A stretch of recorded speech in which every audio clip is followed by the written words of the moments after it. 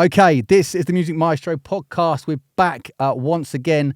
This time I'm with Tasha. And Tasha, excuse me straight away, I actually don't know how to pronounce your surname.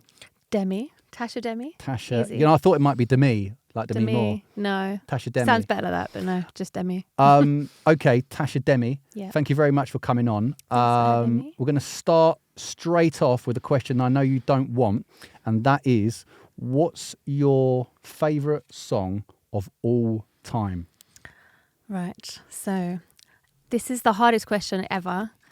I think the song I've chosen comes with more of a life thing. Basically, when I was younger, my dad was a DJ when I was little, so he used to make like CDs and stuff for us. So this is one of the songs that we always used to listen to together. Yeah. So I'm going to say Oasis Wonderwall. Oh my gosh. What an anthem. It is, but it's not one that I would like play in my car every day. Yeah. But it's a classic that holds a lot of, Yeah. do you know what I mean? Memories from my childhood. Okay, So, yeah. I totally get it. Okay, so let's go then straight into how you got into music. Obviously, you mentioned there that your dad was a DJ. What kind of DJ what kind of DJ was he if he was playing Oasis Wonderwall? Right, so okay, when I say he's a DJ, I would not like a radio show DJ. So Okay. my godfather, his best friend, and my dad were like a DJ duo, and they used to do parties, events, etc. And then I think when I was born, he used to do weddings and family parties, etc. But I used to go to their sets with them or whatever. But this is talking back in the day, so they had like their boxes of CDs that you had to go through and try and find the next track and then rush it in and trying to, do you know what I mean? It was that type. Did they have like compilations, like lots of nows? Yeah. So actually my godfather, again, because he owns a CD shop, still does to this day, one of the only independent music shops in London. What's it called? Moondance. Where is it? Waltham Cross. Okay, there you go. Big up. So every year since Now 37, I want to say, I've got all of them from Now 37 because every time a new one comes out, he'll just come and post it through my letterbox. Amazing. And to this day, he still does it. And so, but now they're kind of scattered around, so I need to make sure I collect them all and have them all. But yeah. Okay, mate. So you know, yes, Now was a big part of that collection. 100%. So, but in terms, so let's talk more about your dad being a DJ then. So yeah, I mean, I think he was just really big into music. To be fair, so was my mum. My dad's sister, my auntie, also my godmother. She is she's a singer in the Greek community. So again, grew up going to her shows. So music has just always been a big thing in my family. Yeah. I've always listened to music all over the place, like 1 minute pop, next minute rap, do you know what I mean? Next minute a bit of garage. So yeah, super eclectic taste from when I was younger. You didn't mention the Spice Girls we talked about earlier as well. Yes. Was that a big part of Spice it? Girls were like, probably still are my heroes from my childhood. Five was actually my first concert that I went to. Oh, okay, love a bit of Five. They were incredible back then. But Spice Girls, I've definitely seen them a few times, including their reunion tour, which was 10 out of 10. But I think most girls from my age group, from my demographic, definitely Spice Girls would have been a big part of their childhood. Where did you like? Obviously, when you've got a dad as a DJ, they kind of, or like I guess, family that are into music, they can kind of dictate your musical preferences, if you like, by what they play and around you, and you kind of get used to listening to that, and then you become a fan of it yourself. When did you get to that point where you kind of developed your own taste in music, and what was that? Do you know what? I think it naturally stemmed off of what he played. So like 1 minute he'd be playing reggae music, next minute he'd be playing Eminem and Dr. Dre albums. So like 2001 is still one of my favourite albums ever. Such classic album. Such a good album, right, beginning exactly. to end. Yeah, exactly. Yeah. And there's not many albums even nowadays that you can press play beginning to end without any skipping. I'm with you, yeah. But then on the flip side, we'd have like Natalie Imbruglia and Spice Girls and stuff playing, and then we'd have the old school bands playing. So like I think at the moment we're going to a few gigs with my dad at the jazz cafe, listening to like old school bands. Amazing. Kind of Motown vibes and that kind of thing. Do you know what I mean? Yeah. So then going from, I guess, the rap world of Eminem's to Dr. Dre's, when I was growing up, I ended up falling into like loving grime music. Yeah. Being from London, you kind of end up just, I guess, quite naturally picking up on all of that. That was a big thing for me when I was younger. Grime, yeah. Okay, so I mean, as you now know, garage is my thing, but Yeah. grime obviously came off the back of garage. I would say when it came to grime, what is it that drew you into? Was there an artist that drew you into that sound? I don't even know if there was one artist. I think it was just like the energy. Like Yeah, there was a certain era of grime artists, like I guess the Devlin world that gets time, all of that. yeah. Energy you used to get from that, watching their sets, watching them on stage, it was just like nothing you'd ever seen before. Yeah. Obviously, I'm not an MC. Obviously, I'm not a rapper. But like seeing that and feeding off of their energy was just like incredible. So going to gigs like that when I was younger was great. And I think also just you kind of had the sense of like supporting local talent as well. Yeah. You'd know they're from east or north or south or west or whatever it is, or do you know what I mean? Yeah, totally. Okay, so let's go to your education then. We'll touch on it because I think there was that time where I think 2009, I think it was, where you went to UAL. Yeah, University of the Arts. What was the degree? Media and Cultural Studies. Has it been of any value to you? No. No. No. Do you know what? I think university is not for everybody. Mm-hmm. I will never completely dismiss uni and say don't go and da-da-da. I think some people get more from it than others. For me personally, my degree wasn't great. It felt like we were kind of like the test year a little bit in a sense. Like they were trying out a few new different things, even down to like the grading structures for my degree. It was changing the year that I was there. So they was actually chopping and changing a few things, and it was a bit of a shambles, if I'm honest. Okay. But the thing I got from uni was that you'd often have like half a day spare.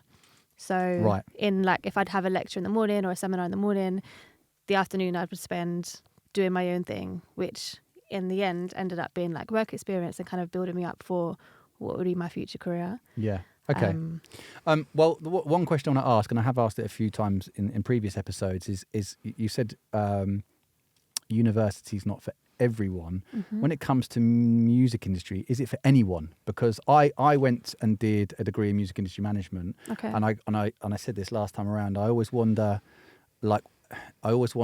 if I should have just got into the industry straight away, but actually really like the way that my path went, well, I'm here now, basically, and I probably wouldn't have done that if it had been any other way. So I guess it's a difficult one, but I guess when we're talking about the music industry, does a degree still have value? There's two ways to look at it. I'm 32 now, so I've been in music for about 14 years-ish. Has anybody in a job sense ever asked me about a degree? Never. It's never come up. I've never had to put it on my CV. I've never been discussed in any interviews I've had.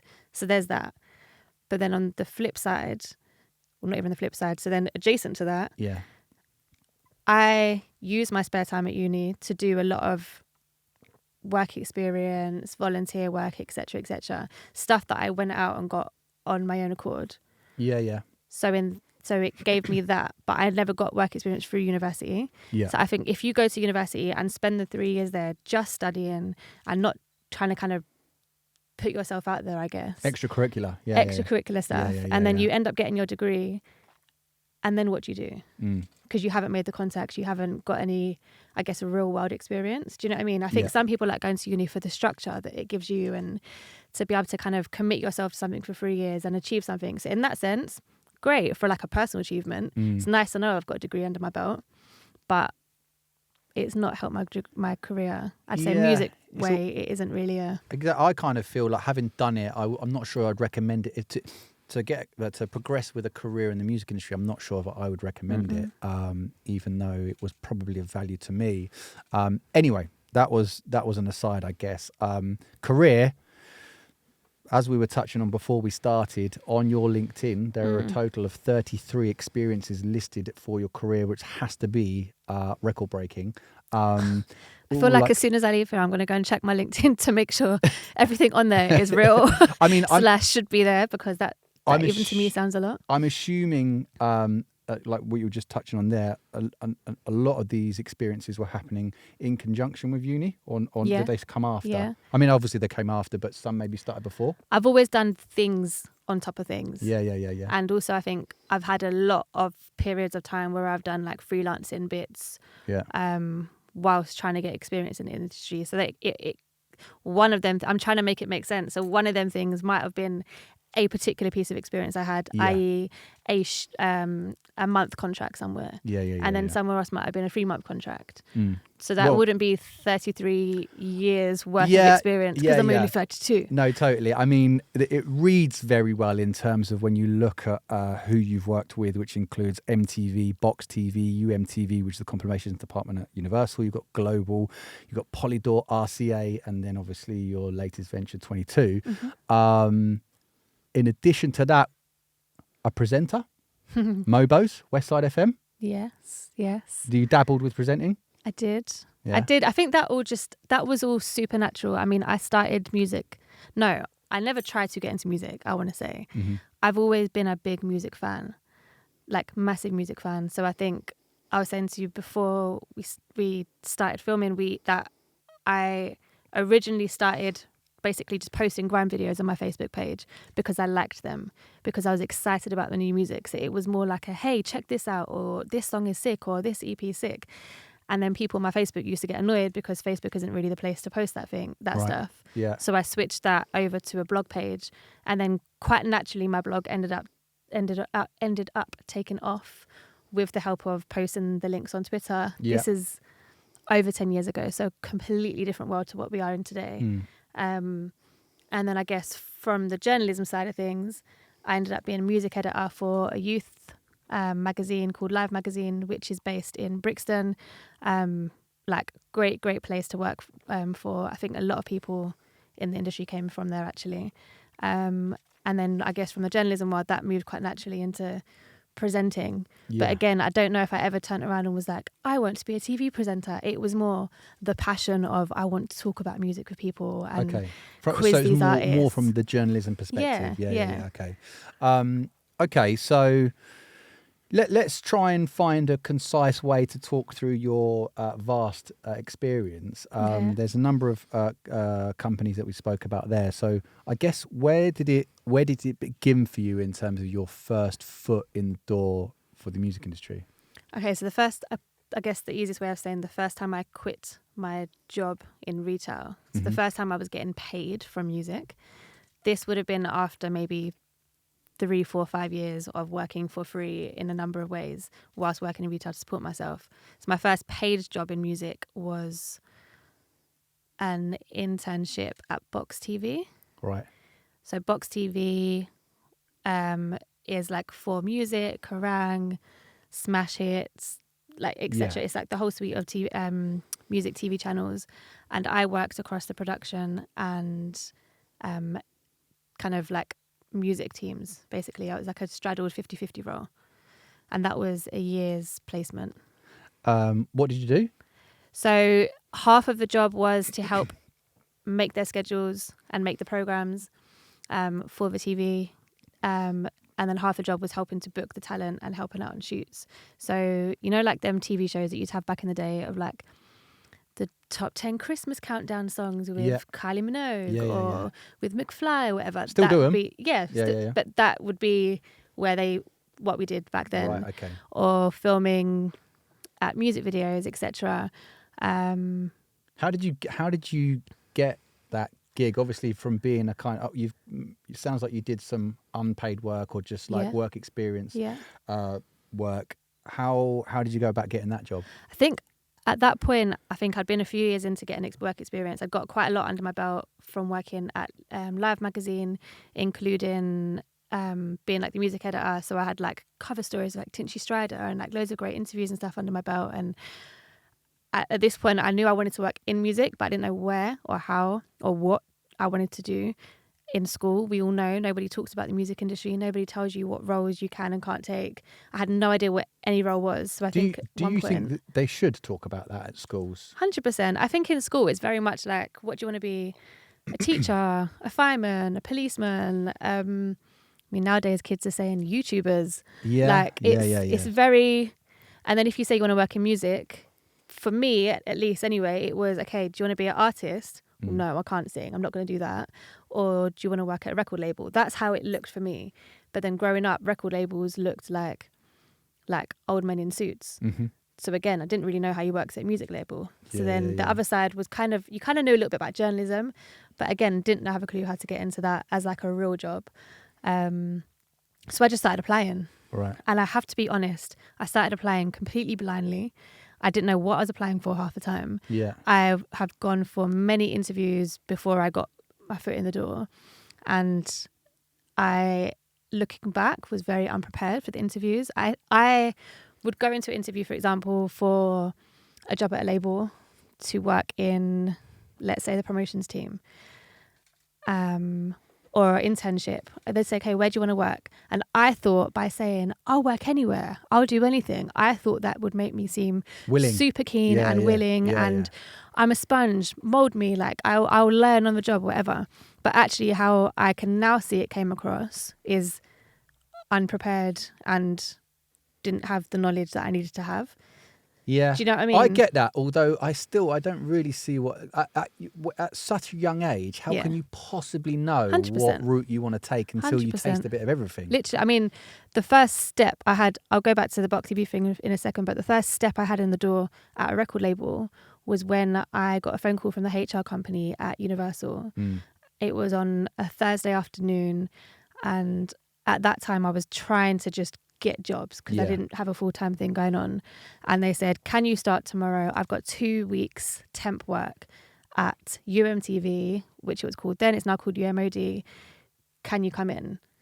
I had no idea what that label even was. I had no idea what the job was, but I wanted to get my foot in the door, and I thought 2 weeks, I work hard, I will learn it and I'll make it work. And I went, and that was my first time I was there, and I ended up working in the music, in the marketing team as an assistant, and then my journey at the record label started. But up until that point, I had no idea what each kind of role was. Okay.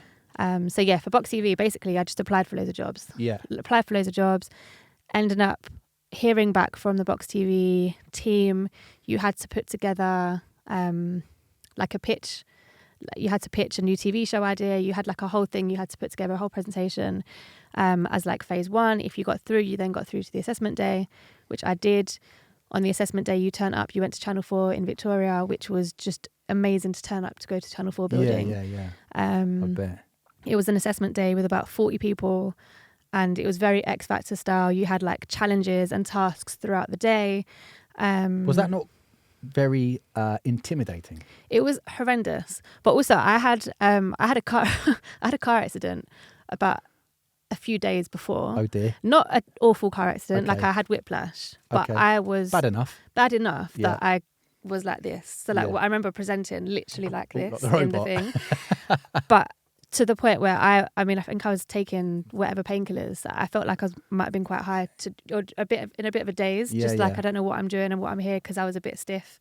But it was awful because it was like halfway through the day, half of you would get sent to one room, half of you would get sent to another room, and it was like, okay, you guys, congratulations, you're going through, and then you guys, I'm really sorry, but you're going home. And it was that like the whole day. Jeez, man, which was that's intense. For them probably quite fun, for us awful. But I mean, I was lucky that I ended up getting the role at the end of the day, which was great. So just to clarify then, that sounds like a lot of applicants.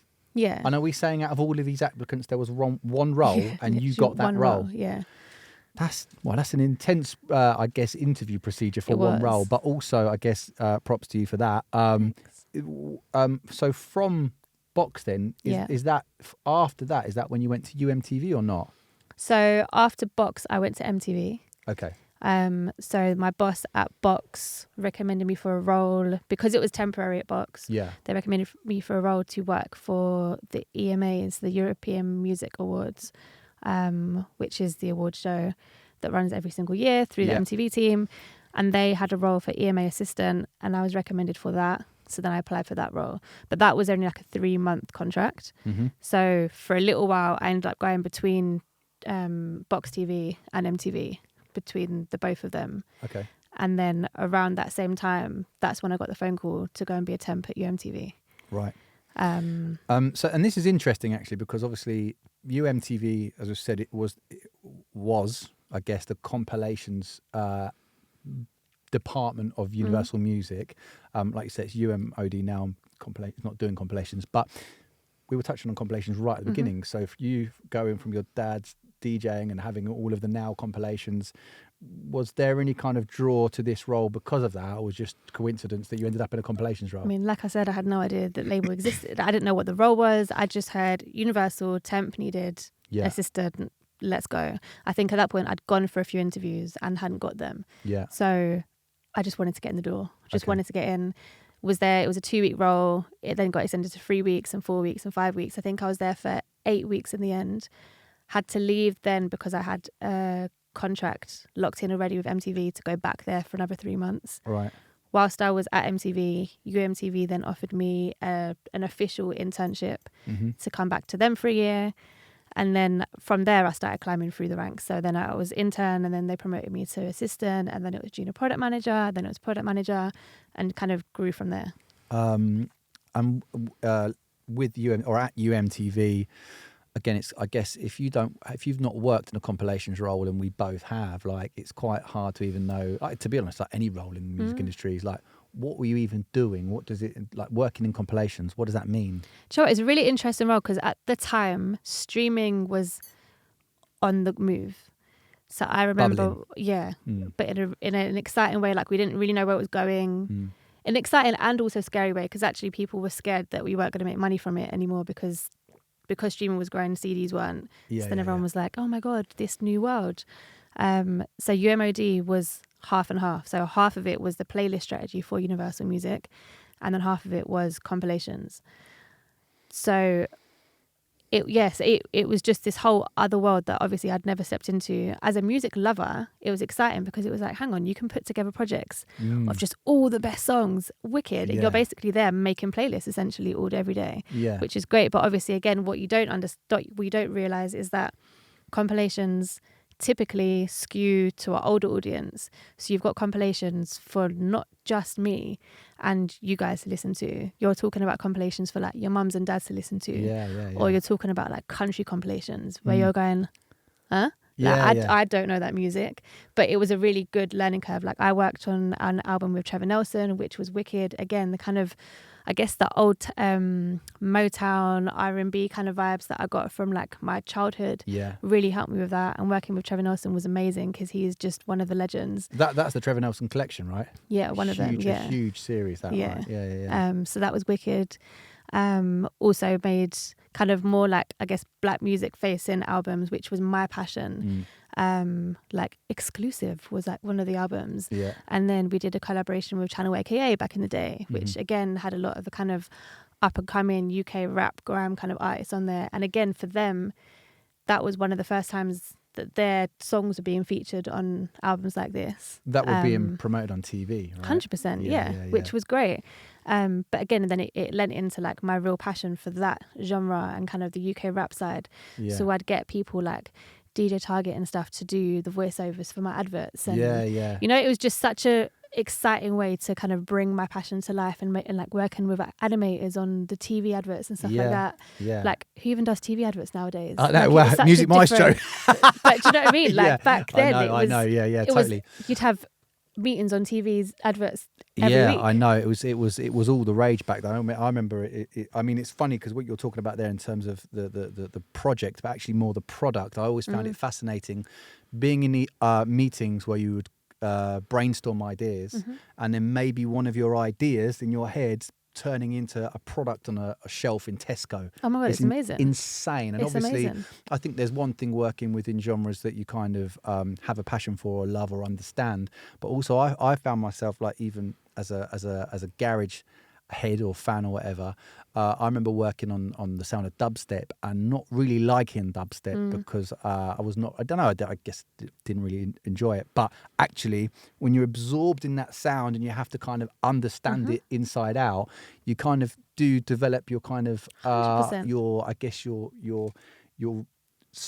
breadth of genres. You know what I mean? And I think it was always like whether it was dubstep or garage or disco or trance or whatever it may be, you kind of really got invested in that sound, 100%. which I loved. I think one thing I've always said is that although all my label jobs that I've had, I've always kind of been looked at as my area being like black music, that world, international and domestic. However, the projects that you end up working that are out of your comfort zone, in a weird way end up being your favorite projects or the projects that you excel on the most, because you have to fully immerse yourself into a completely alien world. And then learn things and understand fans that you've never worked with before, and figure out a new demographic group and figure out new ways to market that you're not just going, okay, we're going to fling it up here like we normally do, we're going to post over here like we normally do, and that's a wrap. Do you know what I mean? It kind of keeps you on your toes a little bit, which I think at that label I had a lot of and really appreciated it. Okay, so that's UMTV.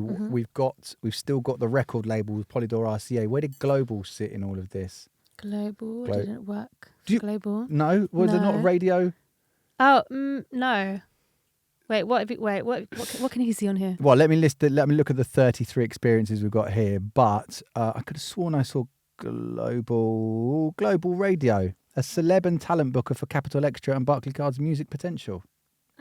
I made that bit up. Yeah, no. Okay, so remember at the beginning I said there's different jobs I had for like a month or two at a time or whatever. Yeah. So there's different freelance gigs and stuff I've had. So like, again, I think at one point, because my network was quite strong because of the different areas I'd worked in across radio and TV and the magazine world, and then into the label world and artist world, etc. There was a bit of a stint where I did work as, I guess, a booker across different things. So that was for Capital Extra's Music Potential, which was a program that they used to run every year, which included like panels and stuff for young people to come in and learn about the industry. I also worked with a college back in the day based in Walthamstow, BCE, I think they were called, and again did the similar thing of booking BCE? mentors. Yeah. Is that what? Not you guys? Okay, so the big creative education. Yeah. All of these guys here for BCE. No way. We've got Nikesh, who graduated recently, and we've got obviously Joyce and Sophie's just joined us from BCE as well. Okay, well, there you go. Walthamstow, yeah? I wasn't wrong, yeah. So I used to work with the college and book talent to go in and mentor students there. Whether it was like a session, like a group-led session, or whether it was a one-to-one session.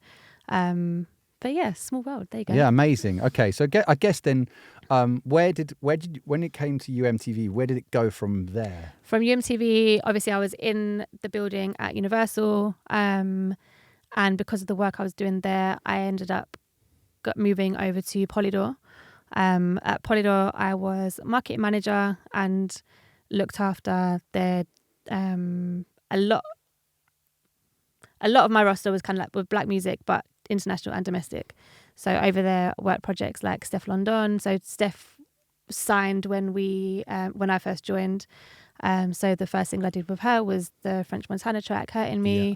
Worked on the Wretch Free 2 album, Free 2. The tail end of the Ray Shremwood Mannequin Challenge viral hit that they had. Did Rams Barkin, wow. Which was probably one of my most fun campaigns to date, because it was amazing, and the team were wicked to work with. So I was there for a few years. Okay, so this is now your marketing manager role. Yeah. Right. I guess we've done this in the past, but like from your take, like what is the role of a marketing manager at a record label? My mum still asks me this to this day. She's still like, what is it you actually do? Like, my friends ask me all the time and I can't explain it. Yeah. Right. In my way, I think everyone says it differently. My way, I always say, you guys go work on the music, A&R teams, management, artists, whatever, go work on the music. Once you have the music, then come to us. Mm-hmm. So then the marketing team is like in the middle. We are literally the center point of every campaign. Mm-hmm. We are the ones that work really closely with the artists and the management team. And then we basically feed out to every single other department, whether that is your PR, your TV plugger, your radio person, your digital team, or whoever else is on board. But basically the campaign is led and steered by the market manager. The overall strategy gets created by us, alongside obviously the artist and the manager, to make sure everyone's happy and all aligned. And then we feed everything out and kind of lead with and work all the teams to create the campaign and bring the campaign to life. So everything from the creative to the timelines and the budgets and the KPIs you want to set at the start of the campaigns and what you want to achieve and the tone of voice for the campaign and everything you see in the real world, aside from the music, that comes from marketing. How intense is the role of marketing manager? I mean, it's intense, but it's amazing. Yeah. I think I am equally as organized and number focused as I am creative. And I feel like marketing is a perfect mesh of those two worlds. I love days where I can sit and do number crunching and Excel documents and budgets and timelines and all of that stuff. And then I also love days where I'm out traveling up and down the country doing pop-up shops or at video shoots, and it's nice to have the mesh of both worlds. It's a lot, it's intense, it's busy. However, I think years into this now, I like to say, actually, I've got a pretty sick job, because the worst thing that could happen in my world is, oh my God, the song hasn't gone live on Spotify on time. Yeah. Or, oh my God, the YouTube video hasn't uploaded. Do you know what I mean? Like, it's not that deep. But how big? I mean, sense. because we've been on the receiving end of some of that, I guess, as a creative agency, and in our world, it is the worst possible thing that could happen, or at least that's how it feels. Yeah. At the time, the world is over. But, don't talk to me. Oh my God. What are we gonna do? Yeah. But actually, in the grand scheme of things, it is what? Nothing. I mean, cool. We upload it again. Or do you know? Like, things happen. I think there's way worse things happening, and I think at the beginning or early in my kind of career, if things went wrong, oh my God, it was the worst possible thing, and you really take it on, and it's really heavy, and it's hard to get through and deal with, and blah blah blah. But then now I'm just like, okay, obviously you strive to make sure everything is perfect. You work hard and you get the job done, but sometimes things slip through the net, and when it does, you fix it. And then you move on. A great stance to have on it, basically. I'm not sure everyone shares that same. They don't, but I think we need to. I think we'll enjoy our jobs and be a lot more happy and relaxed, I think, if we felt like that. 100%. Okay, so this is Polydor. Why did you've gone Polydor, Universal, and then we go to RCA, Sony? Why did that happen? I was at Polydor for a few years, and then I got headhunted by Glyn and Ricky, who were starting Since 93. So Since 93 was going to be a new label which went through RCA at Sony. Yeah.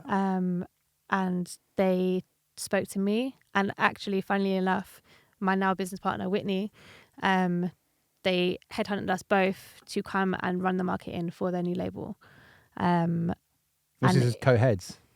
It was just like we just ran the market. There was no like official job title in the kind of typical music industry sense and that. But it was like Glyn and Ricky, and then me and Whitney, and we launched the label. And it was just a great opportunity. I think I really loved and believed in the vision that Glyn and Ricky had at the time. I had an amazing time at Polydor, learned so much, had some wicked campaigns under my belt, worked with a great team there. And I just felt like it was a great opportunity and the next step in my journey. Was H one of those campaigns? H was one of my campaigns. Okay. I remember on my first week there, I mean, joining a new label was scary enough, but joining a new label in a whole new building is really scary, because every label works so differently. Yeah. So like Polydor compared to Island, they will work differently compared to each other, but at least they're all Universal, so your systems are the same. So, but Universal compared to Sony, you have completely different systems. So learning new systems and everything is quite daunting. But I remember my first week on the job, so it was like it was a role split between RCA and Since 93. They were pitching for H to sign to Since 93, and it was literally the first week, and it's like, go put together a pitch for him, and I'm like, like literally just started like, hi, nice to meet you guys. And it went really well. It went amazing. Put together a pitch with the team, and then had meetings with the manager and the artist, blah, blah, blah. And then they ended up signing. So that was a great win to start with, because it was like, okay, cool.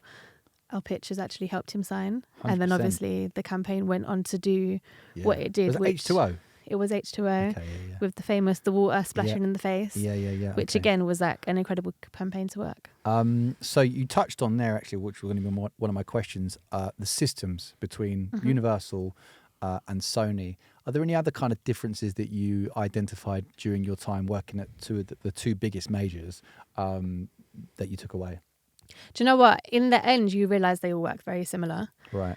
I think it's just more the really like pinickety back end things, like the payment system or the upload system or like the delivery timelines or whatever. Do you know what I mean? I think, but in the end, you're essentially doing the exact same job, just in a different building that has been working by different rules for the last 50 odd years or whatever. Okay, so how long were you at RCA for? I was there for a few years. Okay, and then this is when the big leap comes. Yes. Into setting up your own marketing agency. 22. So initially I left to just go freelance. Okay. So yeah, I was there for a few years, had some wicked campaigns over there. Decided I needed a break and needed a new start. So went freelance on my own, which was the scariest thing I think I've ever had to do ever. Always something in the back of my mind that I wanted to do, always wanted to work for myself, just didn't know how, in which capacity, how I was going to do it. And also wasn't sure if it was one of those things that you're just going to talk about and never do, because it never seems like the right time. Yeah. Just did it, had my notice in, I think in like the October. By the January I'd left. So this is it. I'm out in the big world. I'm freelance. I'm working for myself. I think at that time I had maybe 1 or 2 clients, which I'd worked out, again, because I'm super organized, that those clients basically would cover like what I needed to kind of live. Yeah. And then COVID hit. And I was like, oh. Ouch. But because I wasn't working within a big corporation, I was unaware of, this is going to make me sound really naive, but how big this thing was. So, for example, I had friends and stuff at Sony Universal who had been told to go and work from home for the next 8 weeks or whatever it was.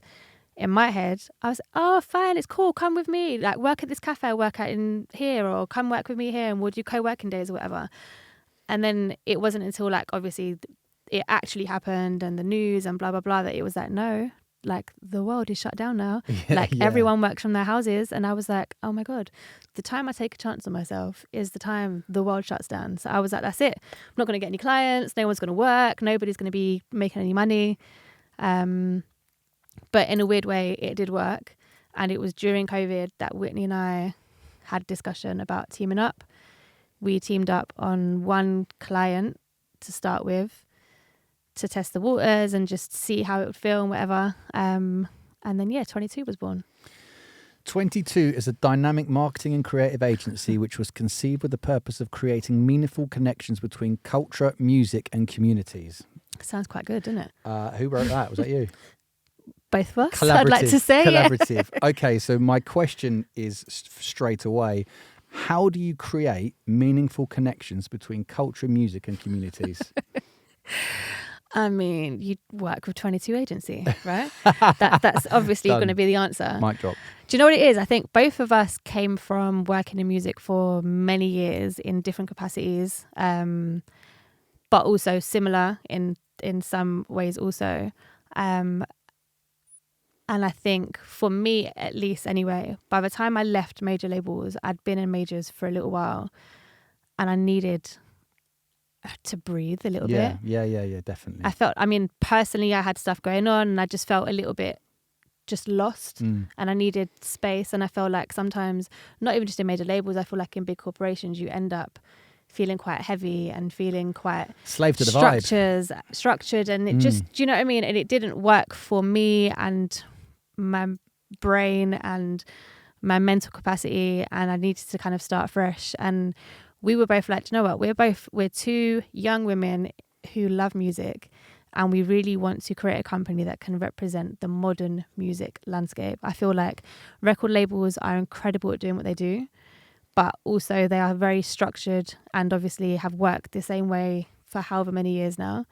And that comes with, when I was there, I would never have, I'd never heard of a major label working with external marketing agencies. Not really, but you'd always hear of them working with external PRs and radio pluggers and TV pluggers. But marketing traditionally has always been in-house. Well, that's brilliant segue, because I've got a question here that says, why do marketing teams at record labels either need or work with marketing agencies, external marketing agencies? And my answer for that is the same reason you'd work with an external radio plugger or TV plugger.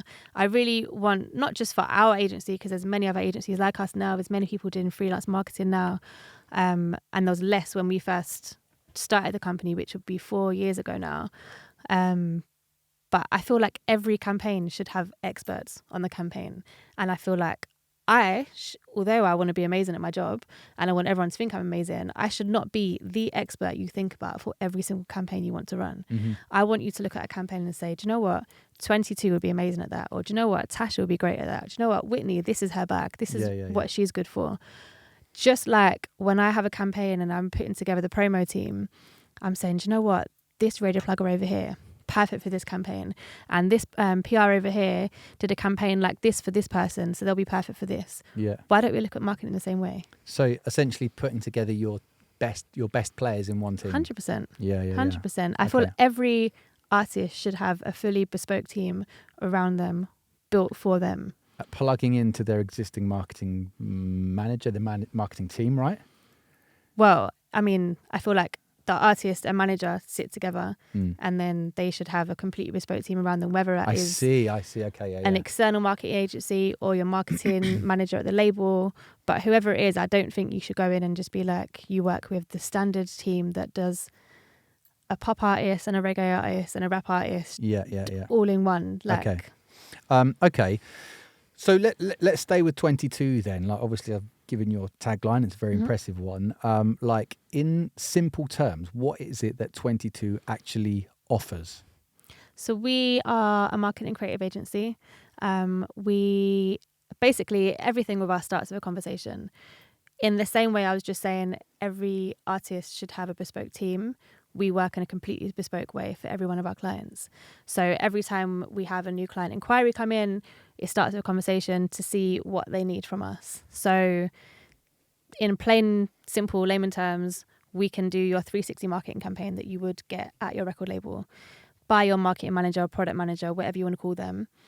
We can offer that service. We can also offer standalone services, whether that is running events for you or running gifting for you or running your pop-up shops for you or running your creative marketing for you.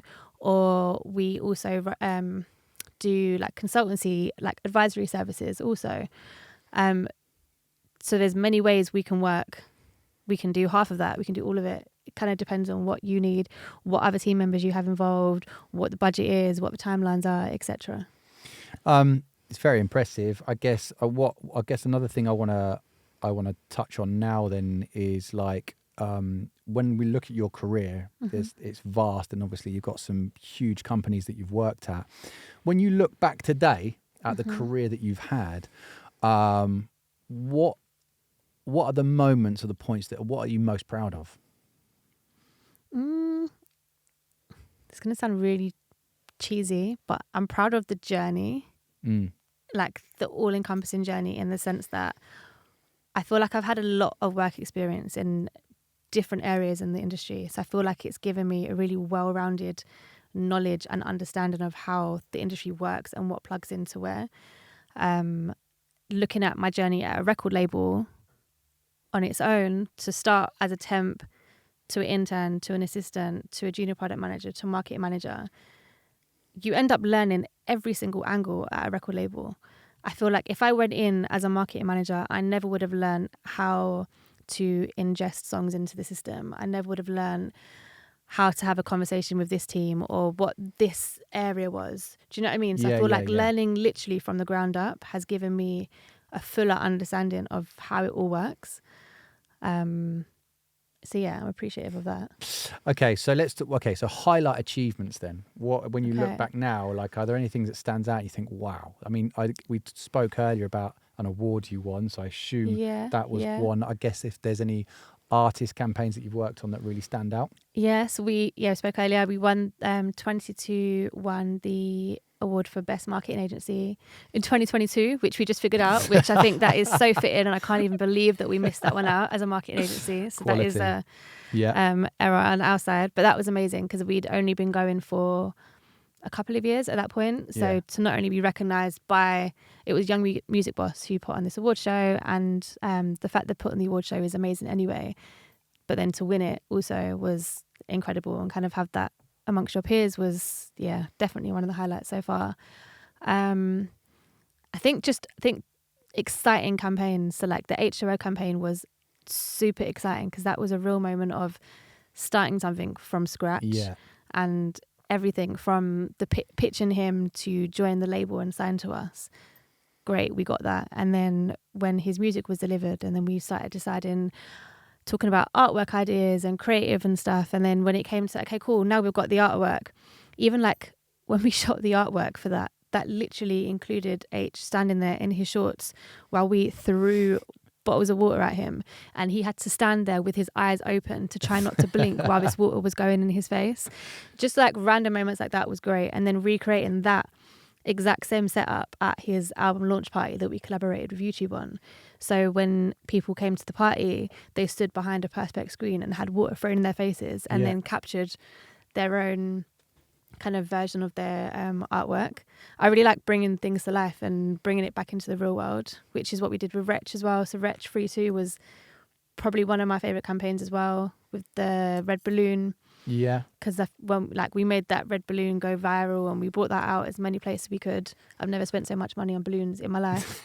But that campaign was a standout as well for me. Personally. Okay, that's amazing. So I guess where I want to go now is we've spoken about like why record labels might utilize a marketing agency. How do you think music marketing has evolved in the last few years? I mean, things are changing quite quickly. Like when you're looking at the landscape of the music industry, if you go back even to when you first started, how have things sort of changed? It's hard because I feel like with social media, I think social media has changed things in a good and a bad way, right? If we look back to artists when we grew up, so let's say Spice Girls, because we spoke about them earlier. Spice Girls, there was no Instagram. There was no platform online where I could see what Mel C had for breakfast that day. If I wanted to know anything about the Spice Girls, I, as a fan, had to sign up to their fan club. Their fan club would then send me a package in the post every 2 weeks or every month, however often I paid for it. And in there, it would come with like your personalised letters, which obviously now as an adult, I know was not a letter from Melanie C or Baby Spice. Yeah. But as a child or as a fan at the time, it was so exciting to get a package from the Spice Girls. Or if you wanted to see them in real life, you had to go to their show and buy a ticket. Whereas now, I can literally pick up my phone and look at such personal information about every artist in the palm of my hand. And I feel like that's a blessing and a curse. And I think that because not every artist wants to be a personality. And I think that is a struggle at the moment in the industry. I think some artists just want to put out music because they are so amazingly talented and they want to perform and they want to tour. But in today's world, you have to be all over Instagram. If you're not on Instagram or if you're not on TikTok, if you're not on YouTube, like how are people meant to find you? Yeah. Back in the day, it was all about radio, right? They would service their songs to radio and to TV, or if you wanted to watch the music video, you'd have to request and text in the music video number onto the TV channel. Yeah, wow. And then, do you know what I mean? Like it was it is almost like your fans ran your campaign back in the day. But now I feel like there's so much focus on artists running campaigns. The amount of conversations I have with clients, and I'm saying to them, come on, you've got to be more active. You haven't posted on your Instagram for the last 2 weeks. And they're just like exhausted because they're like, I don't want to post on my Instagram. I just want to put my music out. Yeah. And then we're trying to explain to them that I hear you, but how do you think people are going to find you and your music if you're not on social media?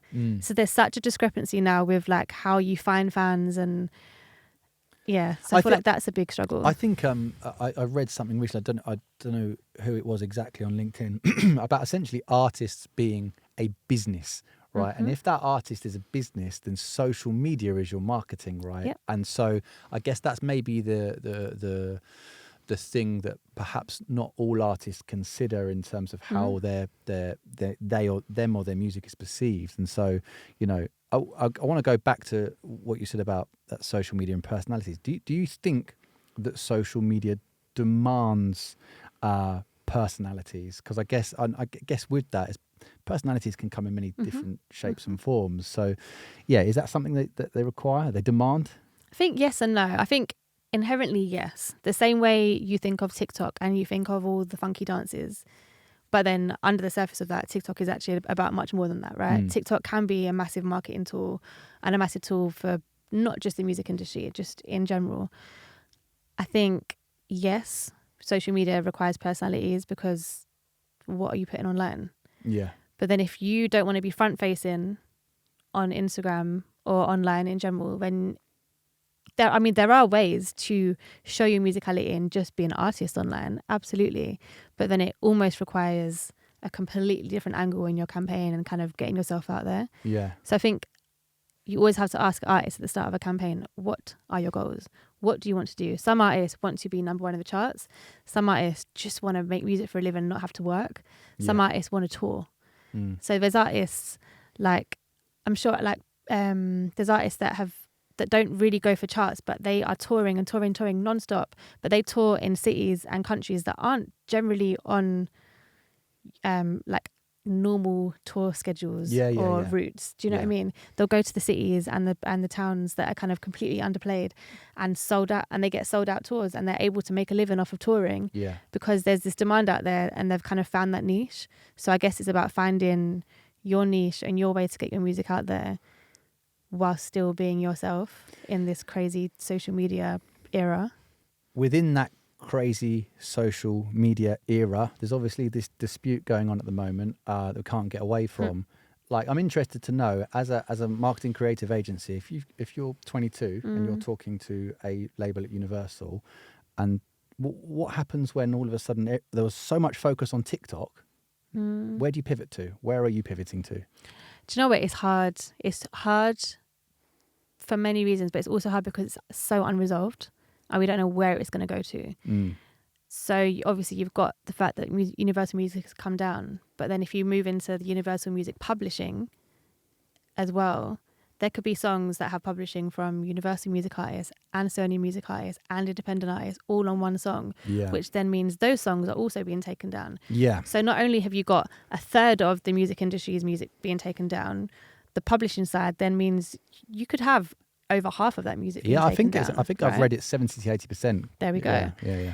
So, and it's tricky because then you're going, so then from the independent side, there was this big call to arms like, guys, this could be your time. Get all your music on TikTok, because now essentially there's a gap and people are wanting to put music up and use music, but there's a lot less music to use now. So in a sense, independent artists could be loving this and could be kind of really benefiting from it. I think it's interesting. I'm really not sure where it's going to go. I mean, I was looking at TikTok the other day. I can't remember what artist it was, and I was scrolling through their profile, and every single video was silent, muted. Yeah, every single video. Yeah. I mean, I think the thing is we're like, what we're talking about here is very different to, like, let's say TikTok shutting down. TikTok still exists, and so what you'd normally say, like, if you've got a lot of attention is on TikTok, and all of a sudden TikTok shut down, well, the attention goes somewhere else. But the problem is the attention is still there, but the music isn't. It's just like this now. Do you know what I mean? It's you have to you're just looking and you can't hear, which is odd. I don't know, if I'm honest. I don't know where it's going to go. You would assume that the music would end up going back up and that all will be well with the world, but you just don't know. Who knows? When you're working with big machines like that and they're both arguing about money.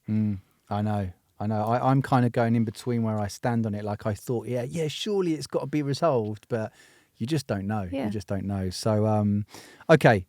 In terms of then music marketing and how we move forward, I guess TikTok is a big part of that. But like, we've talked about how it's changed over the last few years. But when you look to the future now, how do you see things changing?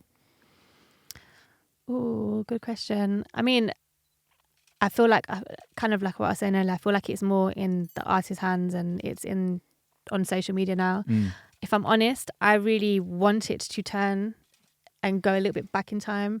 I would like, for example, looking at vinyl and how vinyl is flying nowadays. I would love for that kind of old school mentality of music to come back. I would love for the fan clubs to come back. Yeah. I would love for the kind of, do you know what I mean? And trying to almost bring that like exclusivity back into music. I feel like there is a thing now where we have too much access, which means we're a little bit spoiled. So I feel like I would love if that got stripped back a little bit and it went back to being a real fan and really loving it and going to real gigs in real life, or if artists pop up and do random shows on the street corner, and I don't know, I want to take it out of your phone and put it in the real world a little bit and make it a bit more old school. Do you think accessibility to artists has then kind of affected the industry? Yeah, I think it's gone too far. I don't know. I mean, I think at the beginning it was exciting because then we'd all see like, oh my God, look, Beyonce's, I don't know if you remember when Beyonce first came on Instagram and she'd put out like pictures of her and her family and Jay-Z, and you'd be like, oh my God, it's amazing. Like you felt like you had this really great insight into her world. But then now, because you can see that stuff all the time 24/7, you've got stuff about people's lives. You don't even know who they are. I'm not even talking about celebrities, just random known people on the internet. I just think in that sense, social media has gone too far and it's put too many people in the limelight.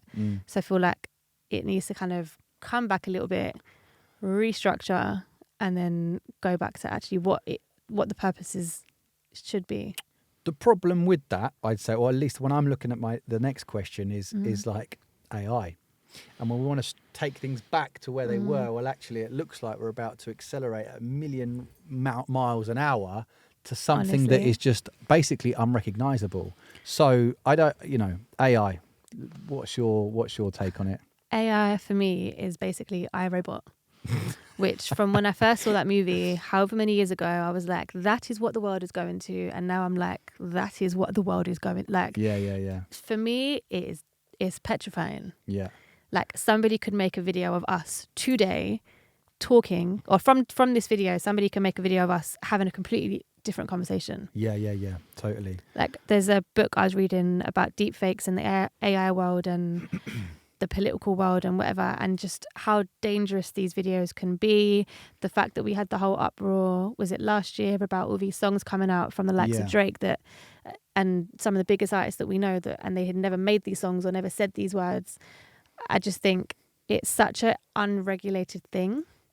I think it's really scary. I think in the future it could be really cool. We could have some fun with it in a marketing way, and we could have some really fun, like immersive experiences. I don't know, if we're doing promo for Drake one day and he's not there, but we can have Drake in the room somehow, I don't know, and stuff like that could be really cool.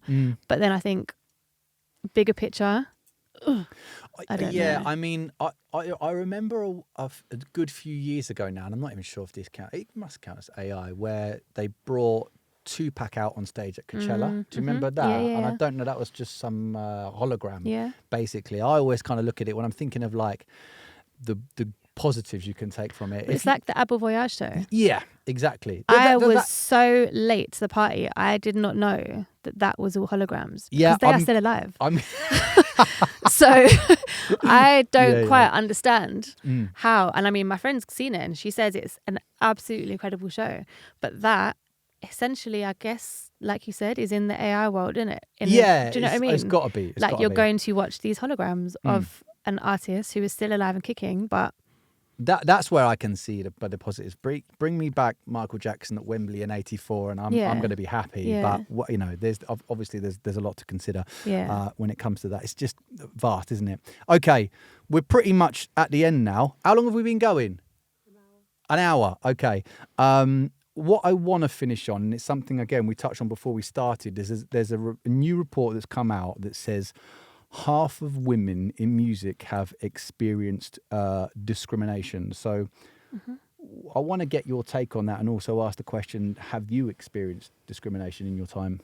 Do you know what? I have to be honest and say generally no. And I feel like I'm lucky to say that. I feel like, I mean, there's been times where I have been, let's say, on a video shoot that I have organised, and I turn up to be on charge and to run the day, but people assume you are like a girlfriend of the artist or a makeup artist or a stylist or entourage or whatever. And then when they realise that you're running it, they're like, oh, what? You?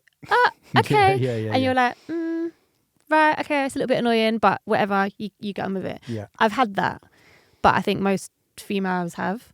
In general, I don't think I have experienced being discriminated against being a woman. I think as a woman, I feel like sometimes you feel like you have to work harder to be seen and to be heard. I think especially when you're calmer and quieter and more softly spoken like I am. I'm not in the meetings with guys who are louder and kind of they can get the point across better than I can probably. But I think that's just something that women have just gotten used to over the years, which is a weird thing to say, but okay, I don't know. All right, well listen, I just wanted to let's I think we're pretty much done there, right? I don't think there's anything else to add. So 22 is massive. Your career is massive. I think there's a lot to take away from that. Thank you very much for coming on. Thank you for having me. Thank you. Cheers, mate. Thanks.